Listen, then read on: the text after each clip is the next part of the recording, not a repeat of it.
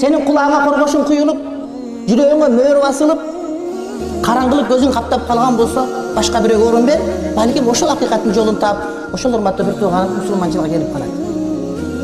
Ачуу душман акыл дос, акылыңа акыл кош дейт. Душман сүйдүрүп айтат, дос күйдүрүп айтат дейт. Балким сага катуу тийип аткандыр. Келип бизге баягыдан бери намазын сүйлөт, андан көрө башка бир түзүгөрөөк бир нерсе күлүп жыргап көңүл көтөрүп алат элек деп деле ойлоп аткан болушуң мүмкүн. Бирок кыяматка барганда менден сурала турган, менден башка келгендин бардыгына сурала турган нерсе, эмнеге бизге намаз жөнүндө айтпадың деген суроо.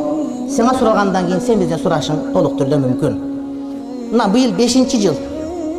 5-жылдан бери эле келебиз, кайра кетебиз. Кээ бирлерибиз дагы деле намаз жок, дагы деле ушу концертке келип кайра кетип атат урматтуу бир тууганым.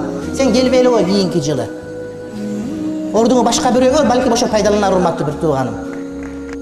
Бирөөлөр бар, акчаларын апарып бере, зекеттерин алып, ал жакшы нерсе. Бирок сен өзүң унутуп коюп атасың, бул Кудайдын сага буйруган намазы.